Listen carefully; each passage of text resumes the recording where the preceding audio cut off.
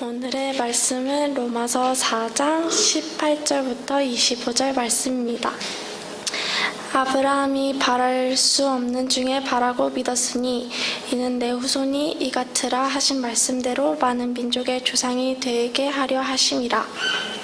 그가 백세나 되어 자기 몸에 죽은 것 같고 사라의 태가 죽은 것 같음을 알고도 믿음이 약하여 지지 아니하고 믿음이 없어 하나님의 약속을 의심하지 않고 믿음으로 견고하여져서 하나님께 영광을 돌리며 약속하신 그것을 또한 등이 이루실 줄을 확신하였으니 그러므로 그것이 그에게 의로 여겨졌느니라. 그에게 의로 여겨졌다 기록된 것은 아브라함만 위한 것이 아니요 의로 여기심을 받을 우리도 위함이니 곧 예수 우리 주를 죽은 자 가운데서 살리신 이를 믿는 자니라. 예수는 우리가 범죄한 것 때문에 내줌이 되고 또한 우리를 의롭다 하시기 위하여 살아나셨느니라. 아멘. 오늘 보면 로마서 4장 18절부터 25절까지 사랑이가 똑똑하게 잘 읽었는데 제목은 그러므로 그것이 그에게 의로 여겨졌느니라 라는 말씀으로 함께 나누기를 원합니다. 뉴욕에 아주 유명한 교회가 있습니다. 장로교회이긴 한데요. 티모티 켈러 목사님이 사역하시는 리디모 교회라는 곳이 있는데 뉴욕에는 나다 하는 사람들이 사는 동네잖아요. 그래서 예수님을 안 믿기로, 특별히 젊은 사람들은 예수 안 믿고 교회 안 가기로 유명한 곳인데 그곳에서 교회를 개척하셔서 아주 크게 부흥을 하셨다고 해요. 거기는 이제 시간 안에 예배드리러 안 오면 문을 닫아버리는 예, 그렇습니다. 그 팀 켈러 목사님이 로마서 강해 중에서 한 구절을 제가 한번 찾아가지고 한번 읽어볼게요. 그분이 당신을 위한 로마서라는 책을 쓰셨는데요. 제임스 케네디라는 분의 내용을 인용해서 이렇게 말씀하셨습니다. 제임스 케네디는 다른 사람들과 복음을 나누고 싶다면 다음과 같은 질문을 시작해보라고 제안한다. 오늘 밤 죽어서 하나님 앞에 선다고 가정해 봅시다. 만약 하나님이 왜 너를 천국에 들여보내야 하지? 라고 물으신다면 무엇이라고 대답하실 것인가요? 질문을 이렇게 바꿔도 된다. 천국이 바로 앞에 있다고 잠깐 가정해보자. 천국에 들어가기 위한 요구사항이 무엇이라고 생각하는가? 왜 누구는 들어가고 누구는 못 들어가는가? 이런 질문을 받은 교회 출석자들 가운데 대다수가 다음 중 한 가지로 대답하는 것은 놀라운 일이다. 어떻게 대답했는가 한번 보세요. 왜냐하면 나는 좋은 그리스도인이 되기 위해서 최선을 다했기 때문이다. 두 번째로는 왜냐하면 나는 하나님을 믿었고 그분의 뜻을 행하기 위해 노력했기 때문이다. 세 번째로는 왜냐하면 나는 내 마음을 다해서 하나님을 믿었기 때문이다. 이 대답들은 믿는다는 것과 믿음을 가지고 있다는 것이 무엇을 의미하는지에 대해서 사람들이 흔히 잘못 생각하고 있는 것을 잘 보여준다. 첫 번째 대답은 행위에 의한 구원이라고 대답한다. 두 번째는 믿음 위에 행위를 더한 구원이라고 대답한다. 세 번째가 뭐냐면요. 왜냐하면 나는 내 마음을 다해서 하나님을 믿었기 때문이답니다. 세 번째는 믿음이 행위가 된 구원이라고 대답한다. 이해가 되십니까? 믿음이 행위가 된 구원. 이들 모두 종교적이긴 하지만 일하지 않는 사람들은 아니다. 다 일하고 있다는 것이죠.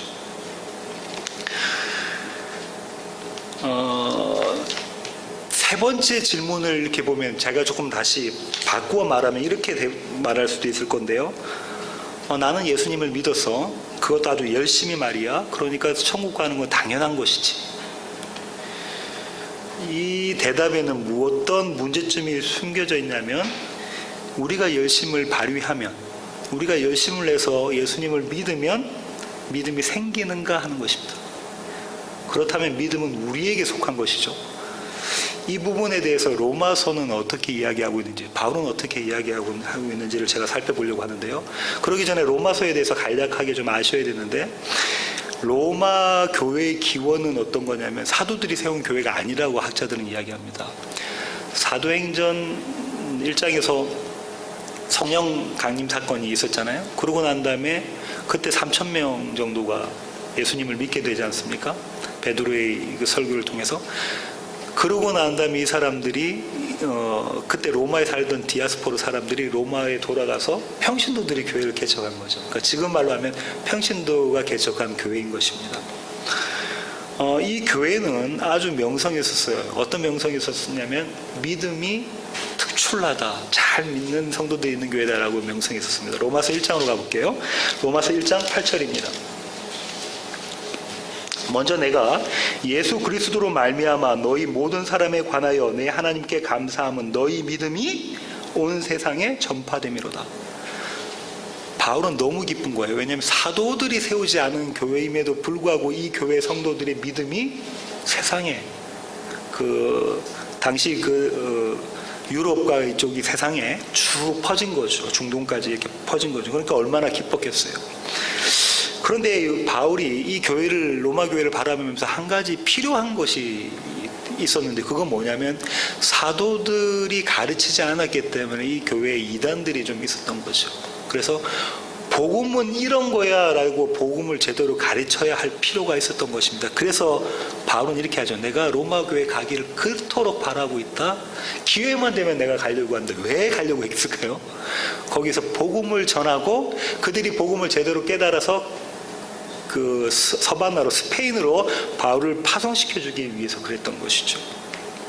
이 로마서는 그러니까 어떤 겁니까? 복음을 내가 너희들에게 가서, 로마 교회에 가서 가리키기 전에 복음이란 건 이런 거야 라고 풀어놓은 보따리 같은 거예요. 그러니까 어떻겠어요? 이 로마서가 교리적일 수밖에 없습니다. 왜냐하면 복음에 대해서 설명한 것이기 때문에 그렇습니다. 로마서의 주제는요, 1장 16절부터 17절까지인데요. 제가 한번 읽어볼게요. 주제니까 같이 한번 읽어볼까요? 16절부터 17절입니다. 내가 복음을 부끄러워하지 아니하노니 이 복음은 모든 믿는 자에게 구원을 주시는 하나님의 능력이 됨이라. 먼저는 유대인에게요, 그리고 헬라인에게로다. 복음에는 하나님의 의가 나타나서 믿음으로 믿음에 이르게 하나니 기록된 바 오직 의는 믿음으로 말미암아 살리라 함과 같으니라. 하박국 선지자의 말씀을 인용하죠. 이게 로마서 전체의 주제입니다. 앞에 서론 있고 이 이후에는 이 주제를 설명하고 있는 게 로마서예요. 그런데 이제 2장 3장은 어떤 거냐면 이런 거죠. 그 로마 교회에도 이단들이 있었는데 그 이단들의 한 축이 누구였냐면 율법주의자인 거예요. 할례당으로 이야기되는 율법주의자, 할례 받아라 이렇게 했던 율법주의자들이 있습니다. 그들에 대항해서 그들이 잘못된 거고 그들은 거짓 교사다. 그러니까 그들을 너희가 이대로 두면 안 되고 너희 복음을, 순수한 복음, 순전한 복음 너희가 지켜야 될 필요성이 있다라고 이야기되는 게 2장 3장이고 그걸 쭉 설명해요. 2장 3장에서 쭉 설명을 합니다. 한번 볼까요? 2장 1절부터 5절 한번 볼까요? 그러므로 남을 판단하는 사람아, 뭐 때문에 판단할까? 율법 때문에 판단하는 거예요. 율법 때문에. 누구를 막론하고 내가 핑계하지 못할 것을 남을 판단하는 것으로는 네가 너를 정죄함이니 판단하는 네가 같은 일을 행함이니라. 율법주의자들이 지금 할례를 받아야 되고 절기 지켜야 된다고 하니까 뭐라는 거예요?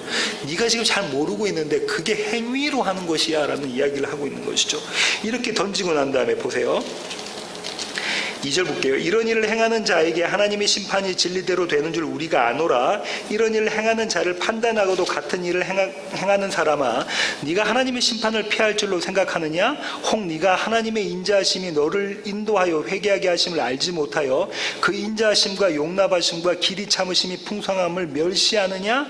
다만 네 고집과 회개하지 아니한 마음을 따라 진노의 날 곧 하나님의 의로우신 심판이 나타나는 그날에 임할 진노를 내게 쌓는 도다. 뭐라고 이야기하는 거죠, 바울이?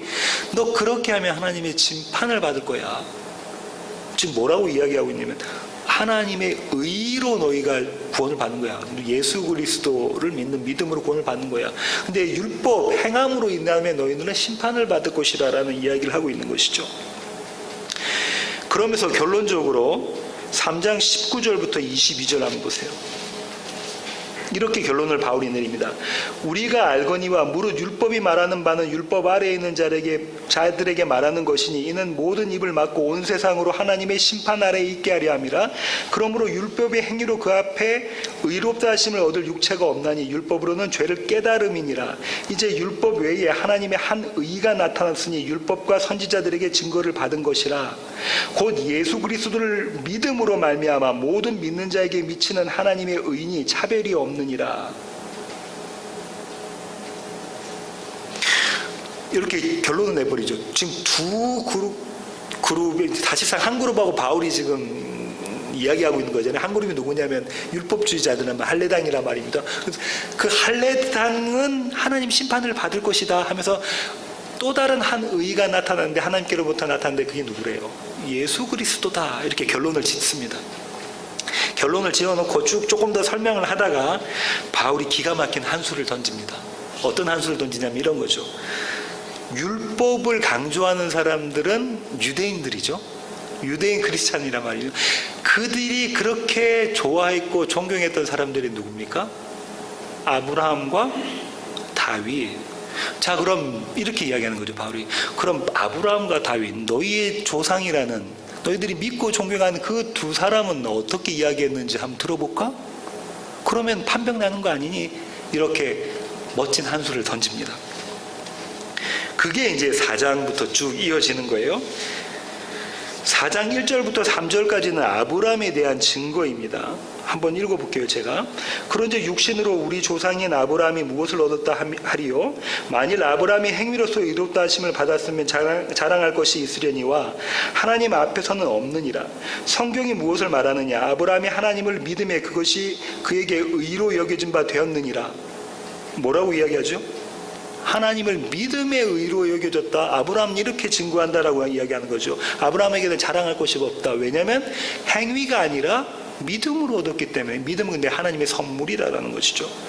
만약 그가 이래서 만약에 얻었다면 그건 은혜가 아니다라는 거예요. 거꾸로 이야기하면, 바로 이야기하는 게, 만약 아브라함이 일을 열심히 해서 행위로 이렇게 의롭다함을 얻었다면 그것은 은혜가 아니지. 왜냐하면 그것은 보상이니까, 대가이니까. 그렇게 이야기하고 있는 것이죠.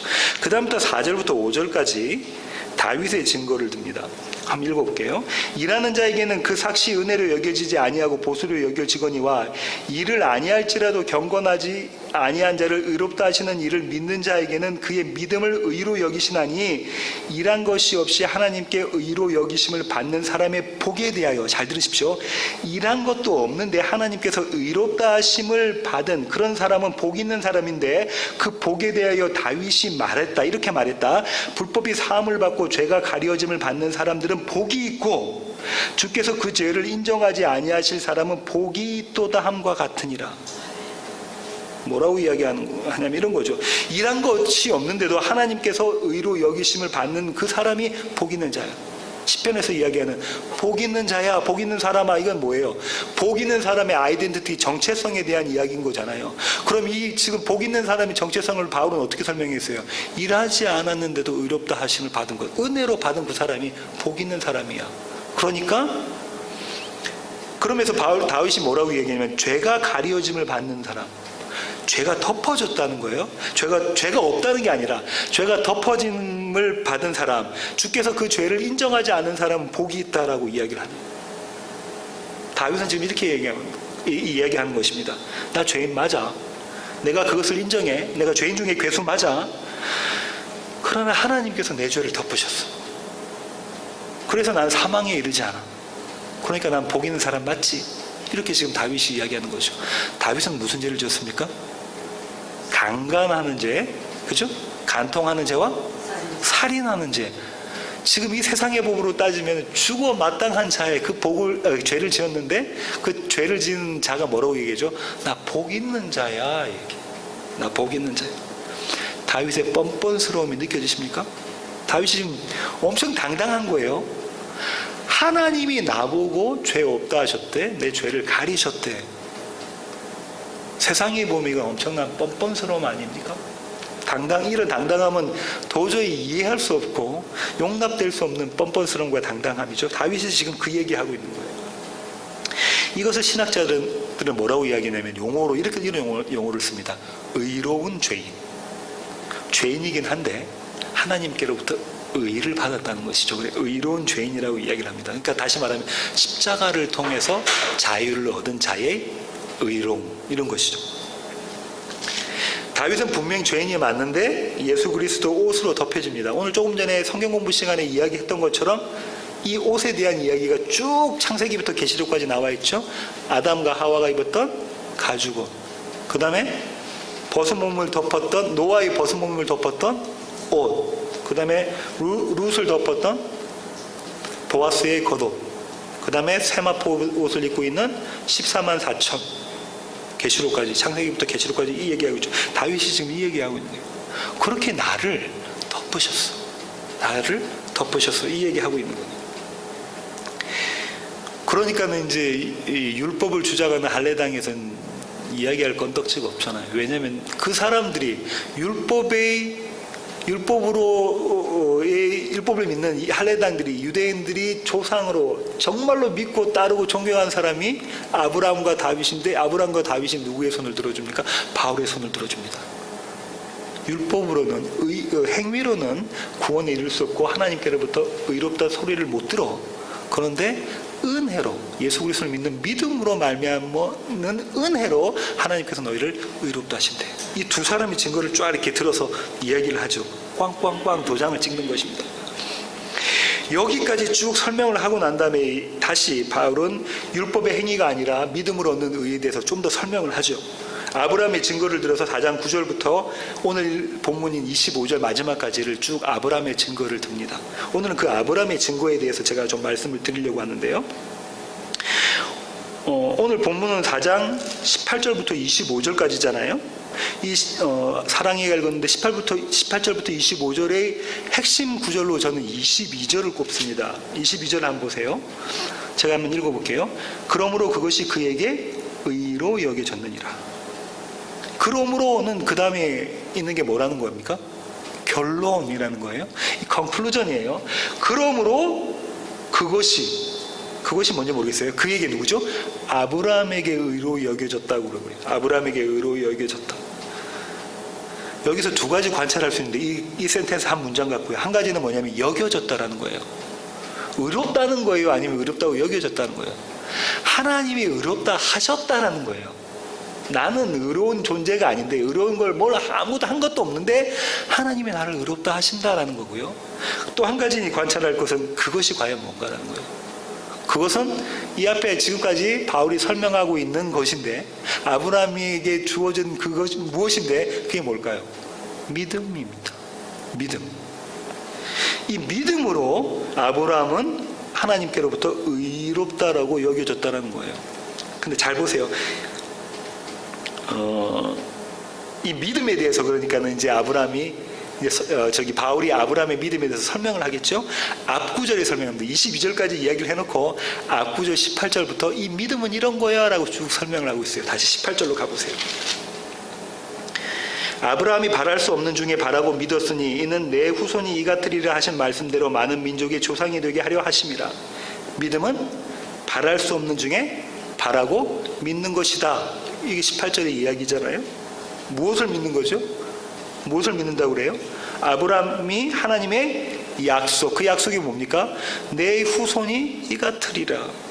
언제 나오냐면 창세기 15장 5절에서 나왔거든요. 한번 가볼게요. 창세기 15장 5절.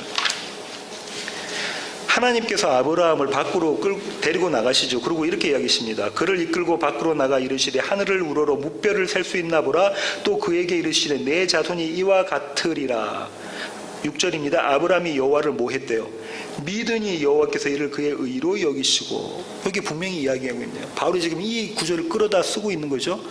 하나님의 약속을 아브라함이 믿었다. 근데 그 믿음을 하나님께서는 의로 여기신다라고 이야기하고 있네요.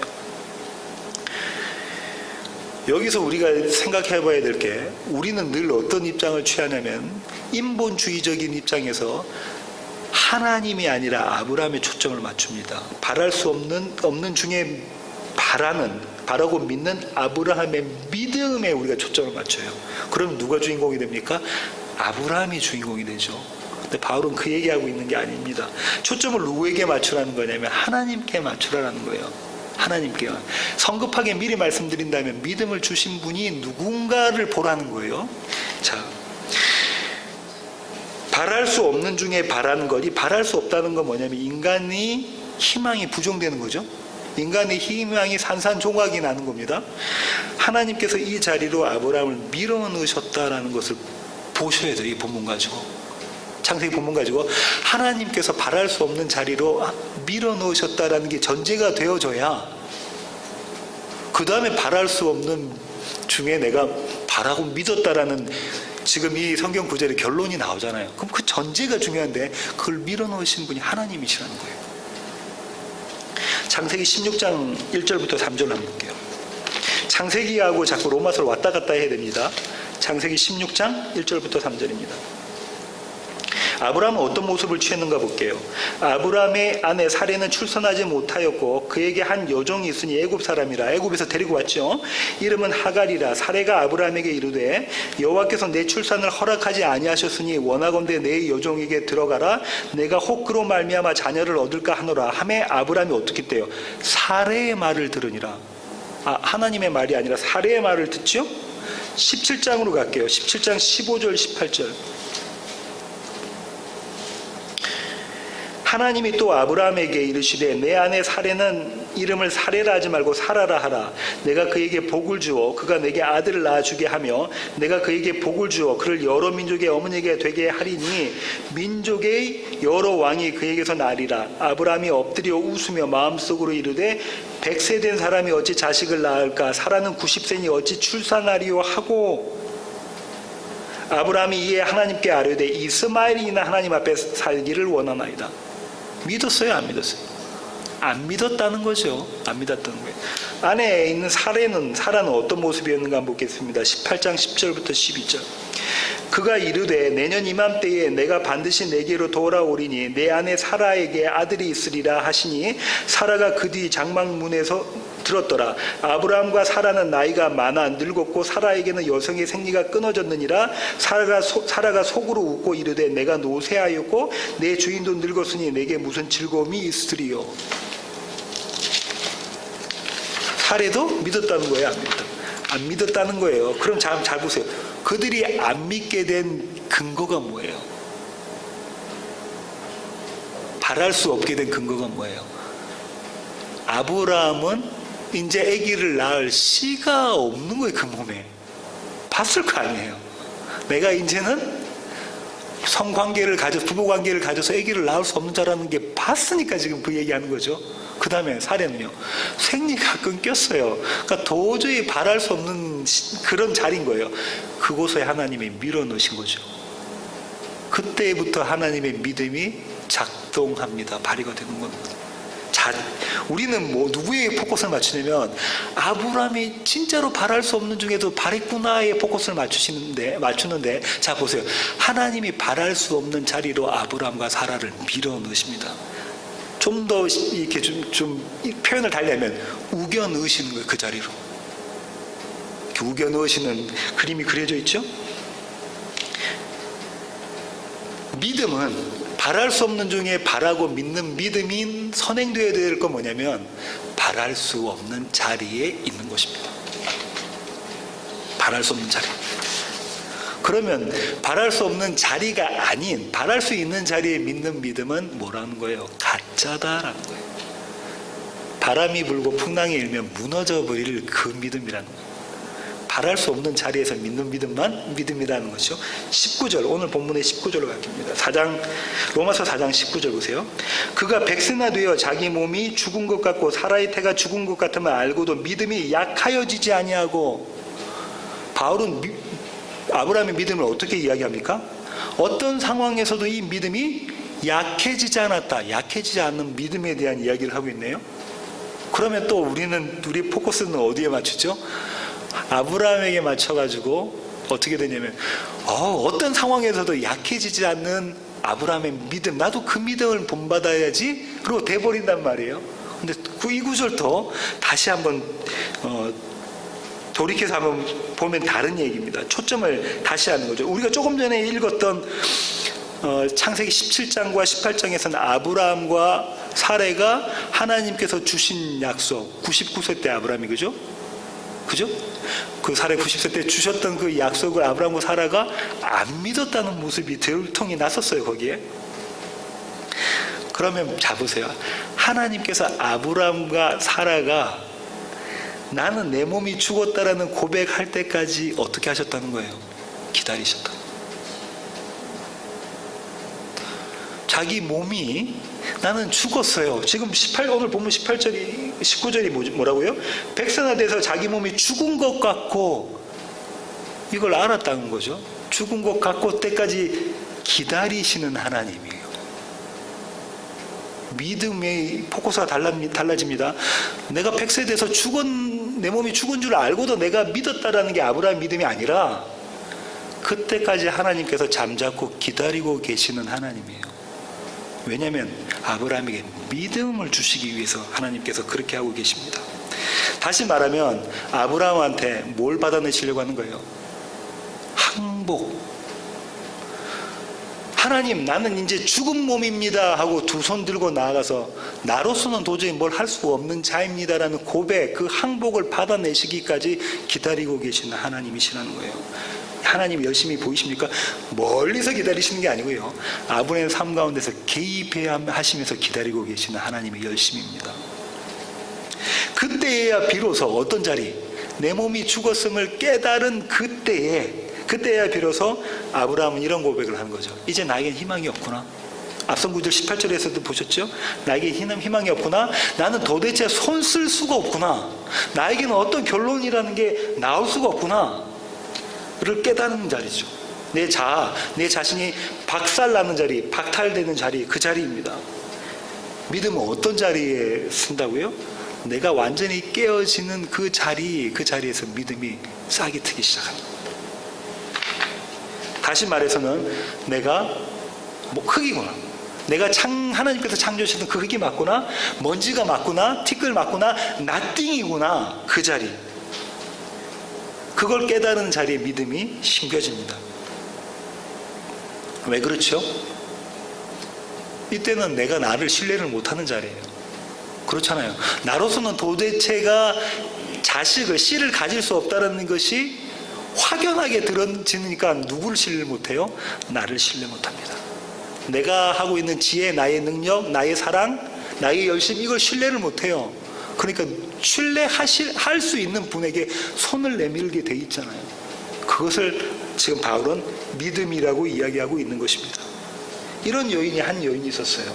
예수님 당시에 한 여인이 있었는데 누가복음으로 가겠습니다.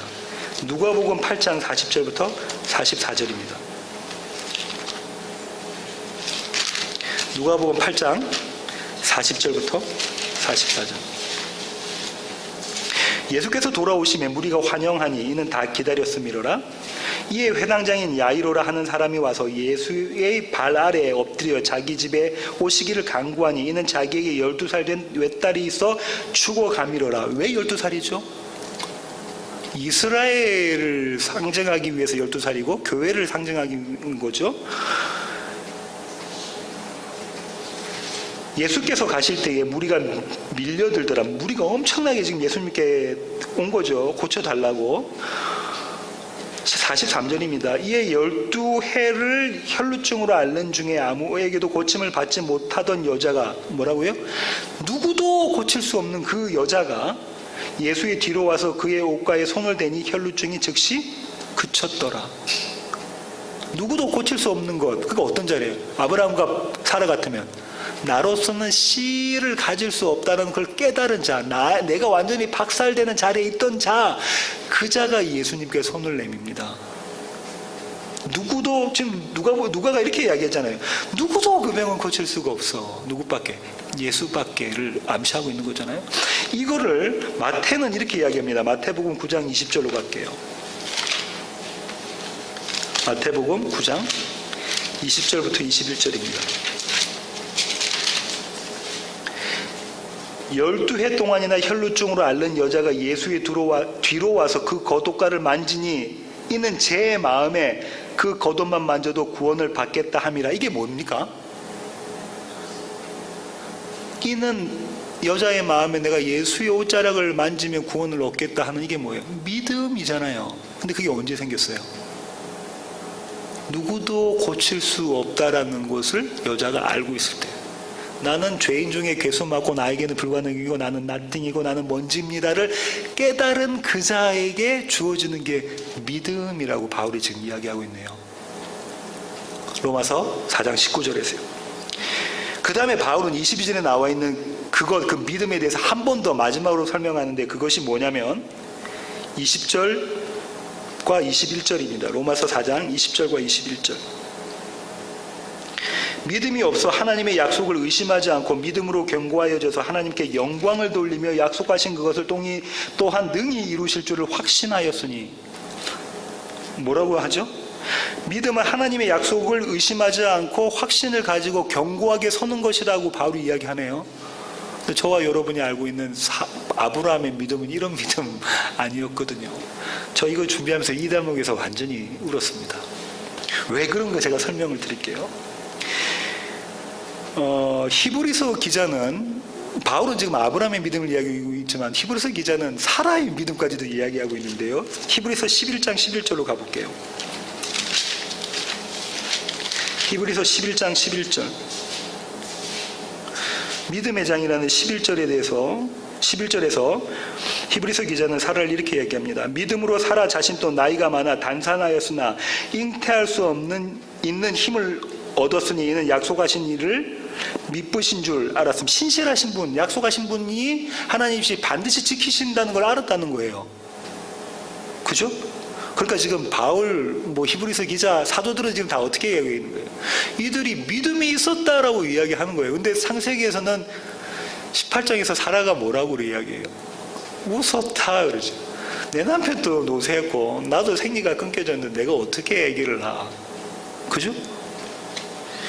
근데 신약의 기자들은, 사도들은 전부 다 이들이 믿음이 있었다고 하네요. 이 믿음을 제가 설명드리겠습니다. 의심하지 않고 확신을 가지고 하는 전혀 다른 구절이라고 우리가 창세기 17장과 17장에서 우리가 봤잖아요. 성경 기자들이 오해한 것인가? 그럴 리가 없죠. 그럼 성경 기자가 이야기하는 것은 어떤 것인가를 한번 보겠습니다. 역시 초점은 어디 있냐면요, 아브라함과 사라한테 있는 게 아니라 그들 가운데 믿음을 심어서 믿음이 발휘되게 하시는 하나님의 믿음, 신실하심이 있는 거예요. 하나님의 신실하심. 창세기 쭉 훑고 넘어가겠습니다. 잘 따라오십시오. 창세기 12장 보세요. 우리 이미 배웠죠? 신학 강좌 시간에 12장 1절부터 3절. 여호와께서 아브라함에게 이르시되 너는 너의 고향과 친척과 아버지의 집을 떠나 내가 내게 보여줄 땅으로 가라. 내가 너로 큰 민족을 이루고 내게 복을 주어 내 이름을 창대하게 하리니 너는 복이 될지라. 너를 축복하는 자에게는 내가 복을 내리고 너를 저주하는 자에게는 내가 저주하리니 땅의 모든 족속이 너로 말미암아 복을 얻을 것이라 하신지라. 이거 어디서 아브라함이 받은 약속이죠? 하란에서 받았죠. 왜냐하면 하란이 너무 복이 좋아서 거기에 살려고 했으니까, 재산도 많이 모았으니까, 이제 남부로 올 게 없으니까. 근데 아버지 데려가 죽자마자 하나님께서 나타나십니다. 믿음이 없는 자에게 하나님께서 나타나셔서 약속을 주시는 그림이죠. 이 방법으로 하나님이 아브라함 가운데 믿음을 심어 놓으십니다. 헬라식으로 생각하는 그 믿음이 아니에요. 히브리식의 관점의 경험으로 이제 내가 참 하나님을 알아요, 야다, 그 믿음입니다. 계속 보십시오. 2장 7절, 우리 세겜 땅 상수리 나무 배웠는데요. 한 번 더 볼게요. 창세기 12장 7절 6절부터 볼게요. 아브라함이 그 땅을 지나 세겜 땅 모래 상수리 나무에 이르니 그때 이미 가나안 사람이 그 땅에 거주하였더라. 여호와께서 아브라함에게 나타나 이르시되 내가 이 땅을 내 자손에게 주리라 하신지라. 자기에게 나타나신 여호와께 그가 그곳에서 제단을 쌓고. 신학 강좌 시간에 말씀드렸죠. 어떤 겁니까? 세겜 땅까지 왔어요. 가나안까지 왔어요. 너무 살기 좋다는 하란을 버리고 가나안까지 왔는데 그 땅에 이미 가나안 사람들이 살고 있어서 자기가 설 자리가 없어요. 믿음이 없어질만 하니까 하나님께서 나타나셔가지고 약속을 재확인시키시죠. 상기시키십니다. 하나님의 방법은 이런 것입니다. 12장 17절 볼까요? 그 땅에 기근이 들어서 아브라함이 어디로 내려갑니까? 애굽으로 내려가죠. 그러고서 자기 안에 있는 사라를 누구라고 이야기하죠? 나 누이 동생이다. 왜냐하면 자기 목숨을 살리려고 그렇게 했죠. 그때 하나님께서 바로에게 나타나십니다. 12장 17절 보세요. 여호와께서 아브라함의 아내 사레의 일로 바로와 그 집에 큰 재앙을 내리신지라. 이게 느껴지십니까? 아브라함의 삶 가운데 하나님이 계속 따라가시면서 간섭하고 개입하고 계시는 게 보여지죠. 어떨 때? 믿음이 없음이 드러나는 자리에서 믿음이라는 건 이런 거야 라고 가르쳐 주시고 그 가운데 그 아들 가운데 믿음을 심어주시는 모습이 드러납니까? 조금 더 볼게요. 13장 9절.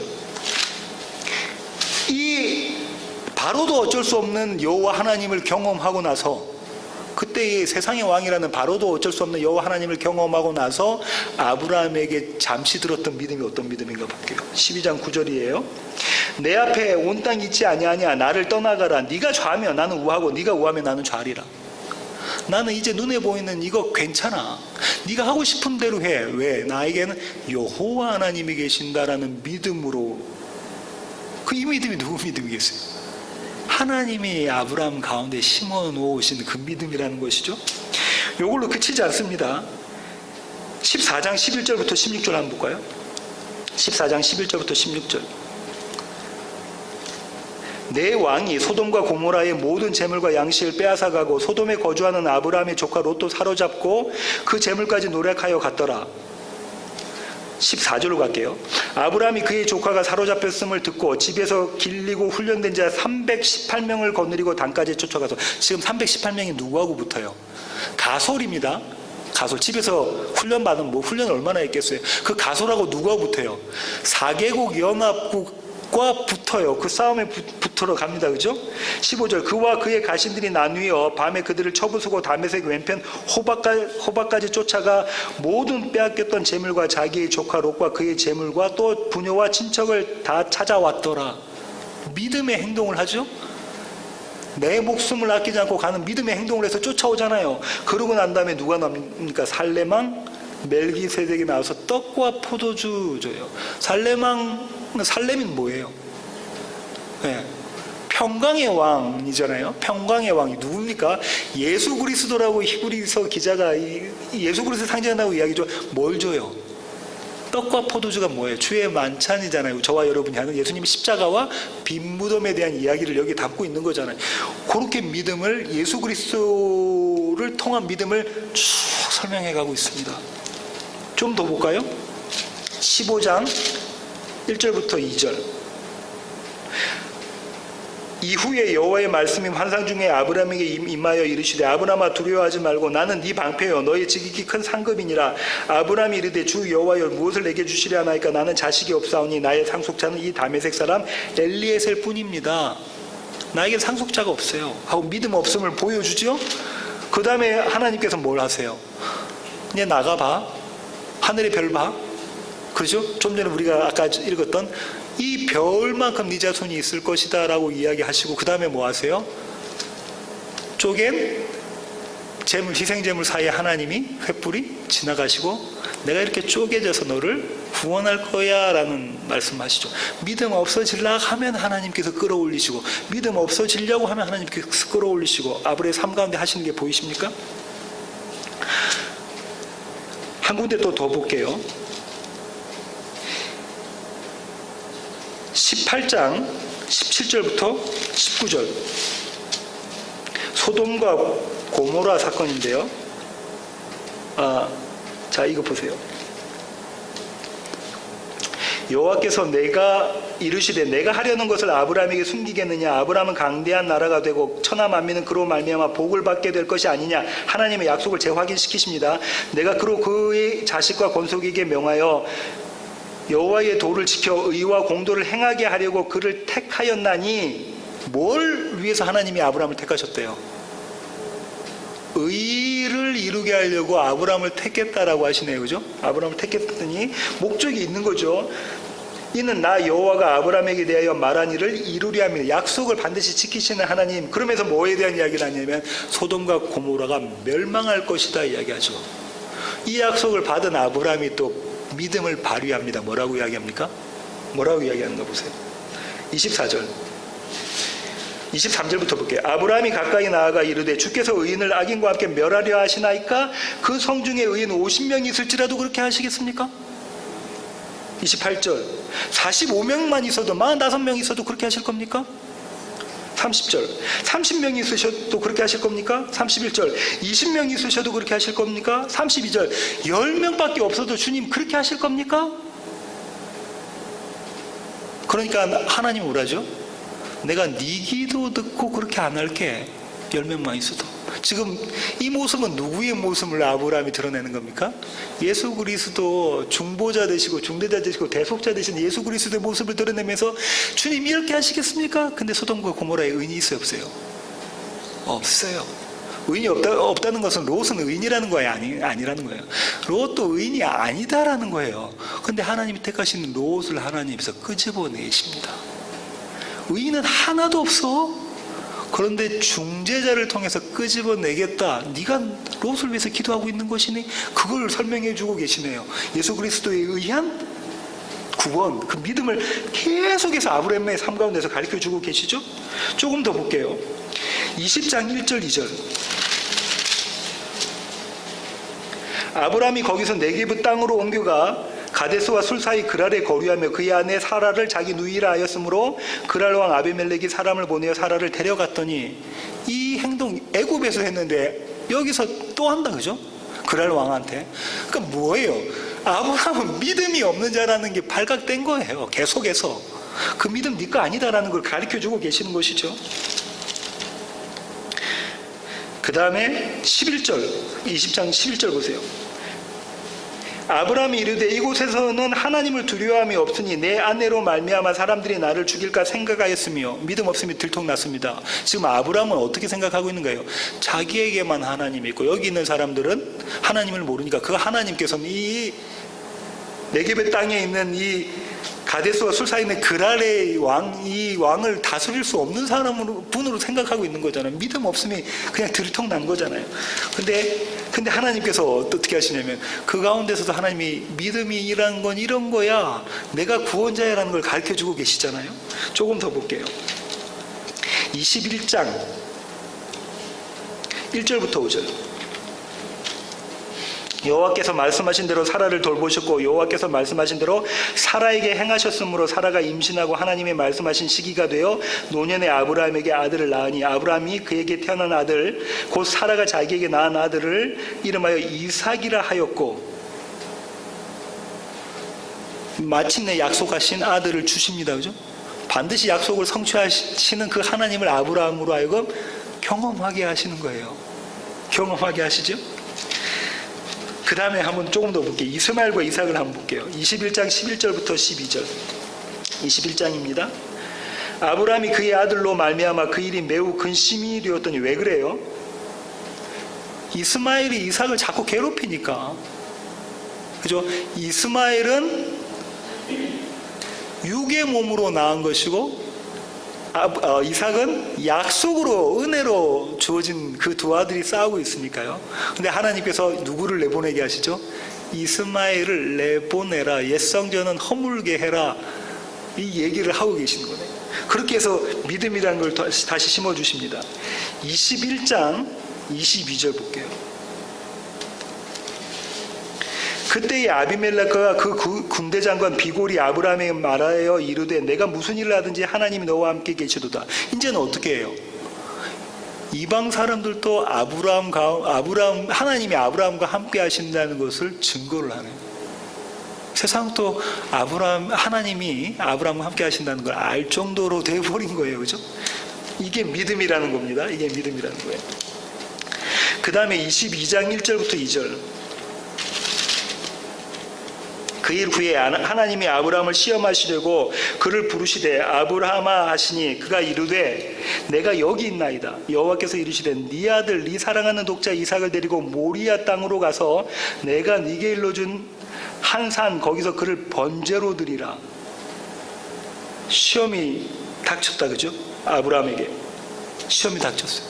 이삭을 바치라는, 이삭은 누구예요? 아브라함 자신이죠. 네가 죽어야 돼, 그래야 믿음이 너에게 있는 거야 라는 이야기를 하고 계시네요. 그죠? 9절부터 12절 볼게요. 하나님이 그에게 일러주신 곳에 이른지라 이에 아브라함이 그곳에 제단을 쌓고 나무를 버려놓고 그의 아들 이삭을 결박하여 제단 나무 위에 놓고 손을 내밀어 칼을 잡고 그 아들을 잡으려 하니, 이 말은 뭡니까? 아브라함이 뭐 하는 거예요? 내가 나를 죽이는 건 그 모습이다, 그죠? 자기 자아가 박살 나버리는 그 자리인다, 그죠? 그렇게 하니 여호와의 사자가 하늘에서부터 그를 불러 이르시되 아브라함아 아브라함아 하시는지라 아브라함이 이르되 내가 여기 있나이다 하매 사자가 이르시되 그 아이에게 내 손을 대지 말라 그에게 아무 일도 하지 말라 내가 네 아들 네 독자까지도 내게 아끼지 아니하였으니 내가 이제야 내게 네가 하나님을 경외하는 줄을 아노라. 이게 뭐라는 거예요? 믿음이죠. 너에게 이제 믿음이 있는 줄 내가 알았다. 누가 그러세요? 여호와 하나님이 아브라함에게 그러세요. 근데 그 자리에 밀어넣으신 분이 누구예요? 하나님이 그 자리에 밀어넣으셔서 그에게 믿음이 있음이 드러나게 하시는 자리까지 밀어넣으시고 15절부터 한번 볼게요. 여호와의 사자가 하늘에서부터 두 번째 아브라함을 불러 이르시되 여호와께서 이르시기를 내가 나를 가리켜 맹세하노니 네가 이같이 하여 네 아들 내 독자도 아끼지 아니하였은즉 내가 내게 큰 복을 주고 내 씨가 크게 번성하여 하늘의 별과 같고 바다의 모래와 같게 하리니 네 씨가 그 대적의 성문을 차지하리라. 또 내 씨로 말미암아 천하 만민이 복을 받으리니 이는 내가 나의 말을 준행하였음이니라 하셨다 하니라. 아까 성경 공부 시간에 말씀드렸던 의의가 준행하였음의 의의가 나타나죠, 여기서, 그죠? 근데 이 씨를 바울이 뭐라고 그러죠? 씨를 복수라고 하는 씨들이라고 하지 않고 자손들이라고 하지 않고 자손이라고 한 것은 누굴 가리킨다고 그래요? 예수 그리스도를 가리키는 것이다.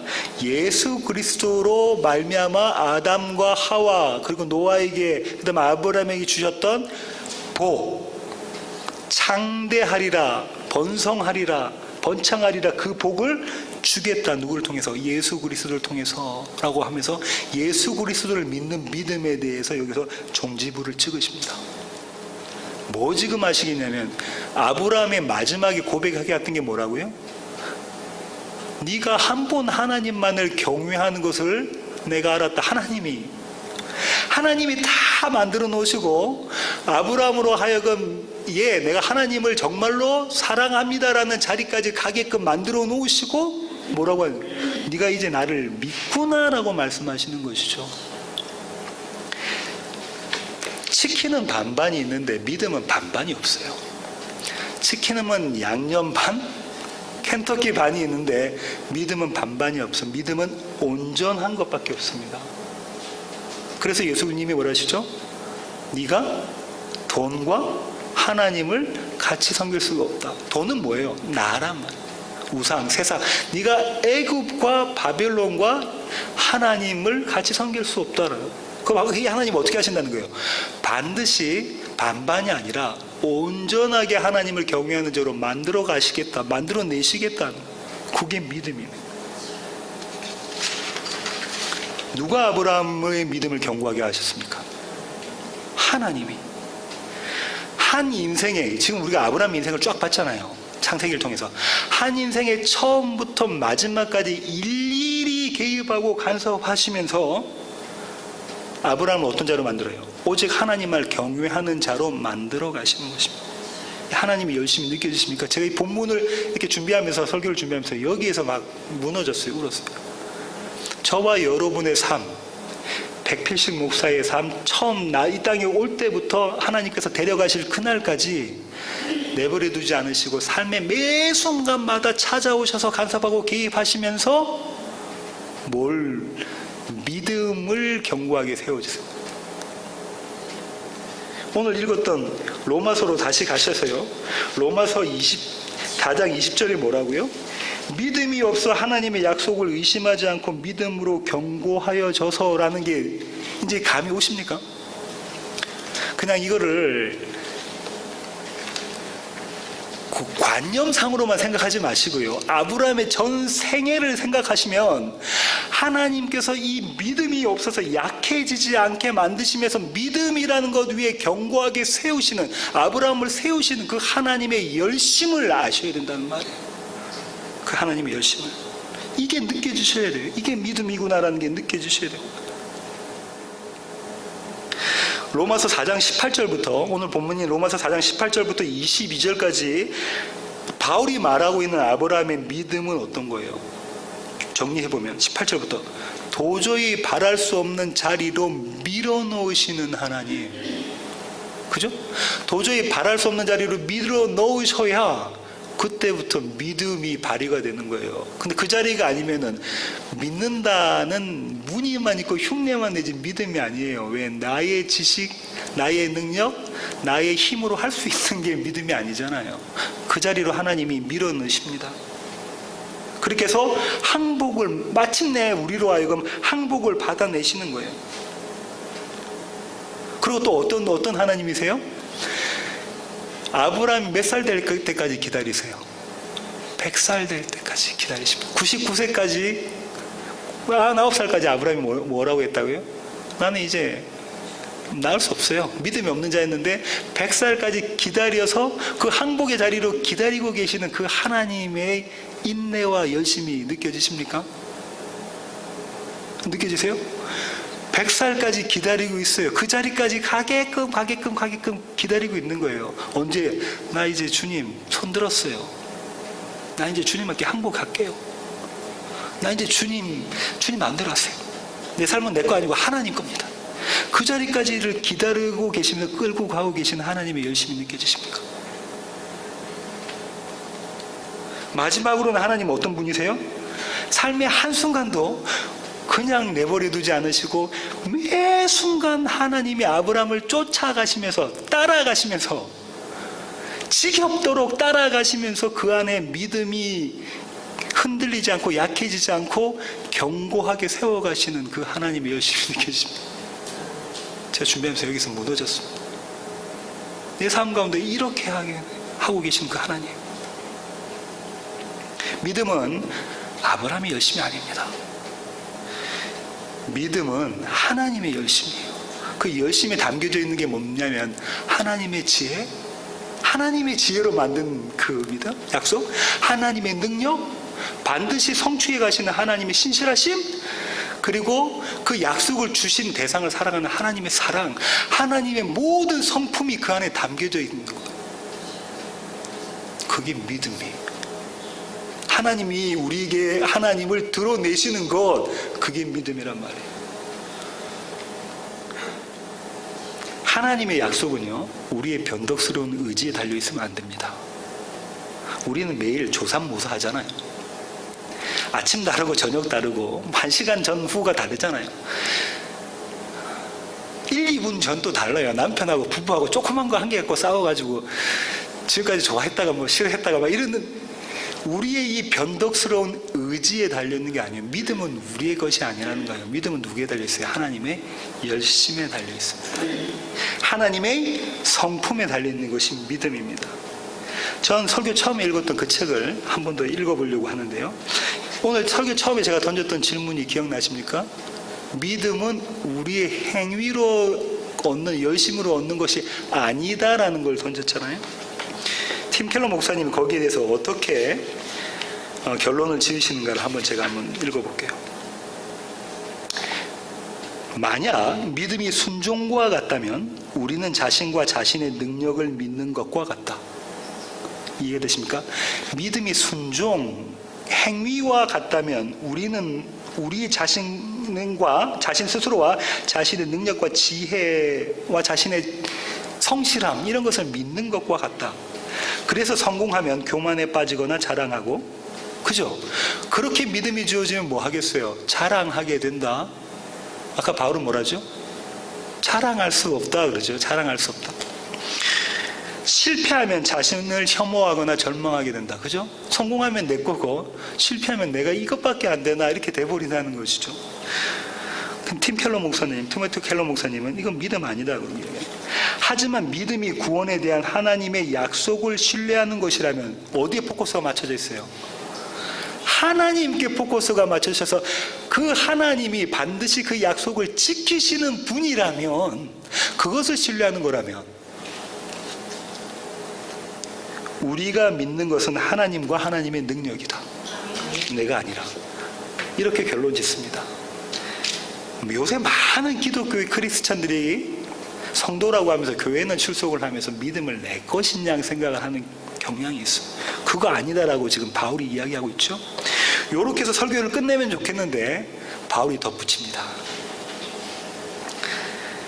23절과 24절 볼까요?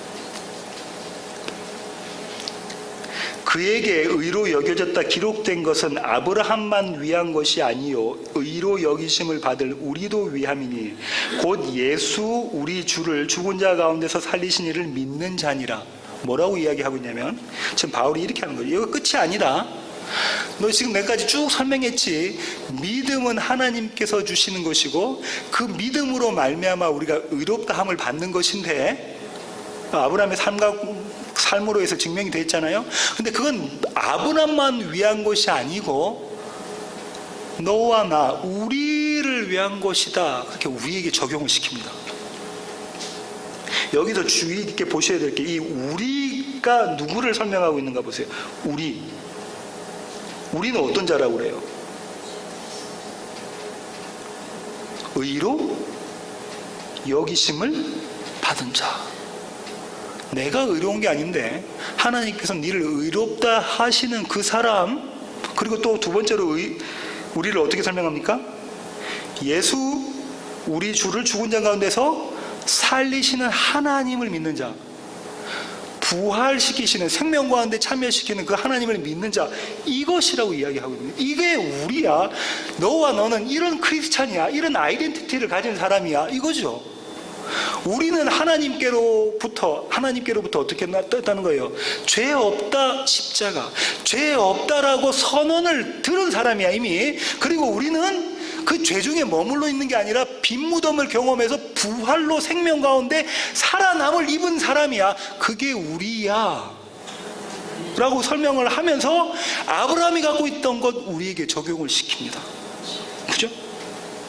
그리고 25절에 이렇게 우리가 할 수 있는 것에 대한 설명을 해요. 예수는 우리가 범죄한 것 때문에 내줌이 되고 또한 우리를 의롭다 하시기 위하여 살아나셨느니라. 앞서 말한 우리에 대해서 의롭다함 받고 우리가 또 어떻대요? 부활을 경험할 것이라는 것을 예수 그리스도와 연합함으로 그럴 것이라고 설명하고 있네요. 그렇죠? 하나님이 아브라함과 맺으신 그 약속은 누구를 통해서 성취가 됩니까? 예수 그리스도를 통해서 성취가 돼서 우리의 삶 가운데 실제화되는 겁니다. 먼 나라 얘기가 아니라 실제화한다는 거예요. 예수 그리스도의 죽음과 부활, 십자가와 빈 무덤은 하나님의 약속의 보증이 되는 거죠. 보증이 되는 겁니다. 아들을 사망으로 내어주신 이가 누구세요? 지금 뭐라고 이야기했어요? 25절 잘 보세요. 이게 좀 의미심장하셔야 돼요.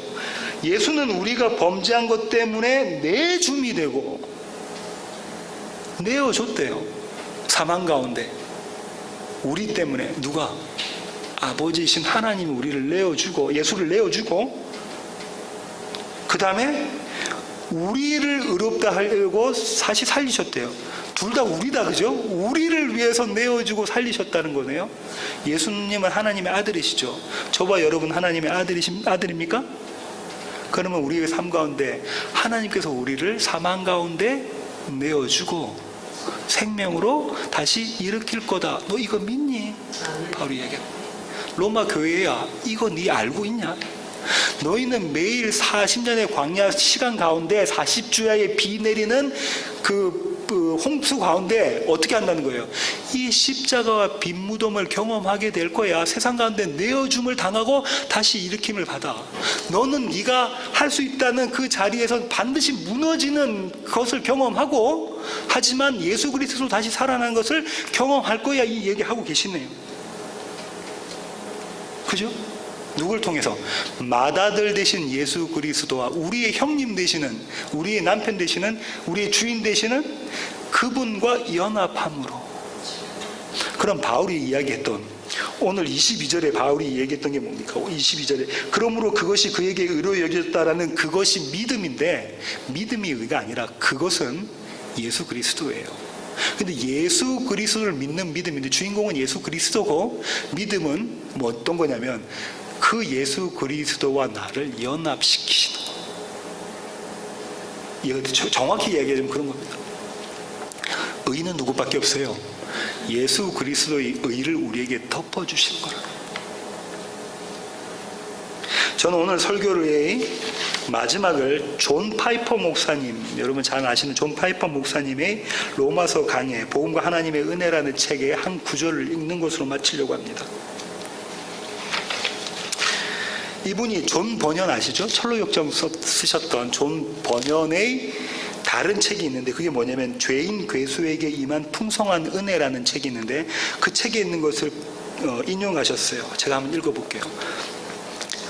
어느 날 내가 들판을 지나고 있을 때 이 구절이 갑자기 내 영혼에 다가왔다. 너희의 의는 하늘에 있다. 내가 생각하기에는 하나님 우편에 계시는 예수 그리스도를 영혼의 눈으로 본 것이다. 그곳에 나의 의가 있다. 내가 어디에 있든지 무엇을 하든지 하나님은 내게 대하여 그분이 원하시는 의가 부족하다고 말씀하실 수 없었다. 왜냐하면 바로 그 의가 하나님 앞에 계속 있었기 때문이다. 또한 나의 선한 마음이 나의 의를 더 낫게 만드는 것이 아니며 아직도 여전히 악한 나의 마음이 나의 의를 더 나쁘게 만드는 것이 아님을 알게 되었다. 왜냐하면 어제나 오늘이나 영원토록 동일하신, 히브리서 13장 8절에 이렇게 이야기하고 있죠. 어제나 오늘이나 영원토록 동일하신 예수 그리스도, 바로 그분이 나의 의이시기 때문이다. 하나님의 열심으로 얻는 믿음, 그 믿음은 예수 그리스도가 주인공이십니다. 이런 하나님께서 허락하신 의 가운데 거하시는 세워지는 교회 모든 지체들이 되기를 원합니다. 함께 기도하시겠습니다. 하나님 감사합니다. 하나님, 우리는 믿음까지도 나의 것인 양 자랑하기도 하고 그 믿음으로 다른 사람을 판단하며 정죄하기도 하였습니다. 하지만 하나님, 오늘 바울이 이야기한 것처럼 믿음은 그런 것이 아니네요. 믿음은 하나님의 열심이시고, 믿음은 하나님의 사랑이시며, 믿음은 하나님의 신실하심이고, 믿음은 하나님의 지혜와 능력이심을 저희들이 깨닫습니다. 하나님, 우리가 어쩔 수 없는 그 사망의 자리에서 우리를 생명의 자리로 옮기시는 그 하나님의 열심과 사랑, 그것을 경험하는 날마다의 우리의 삶이 되게 하여 주시옵소서.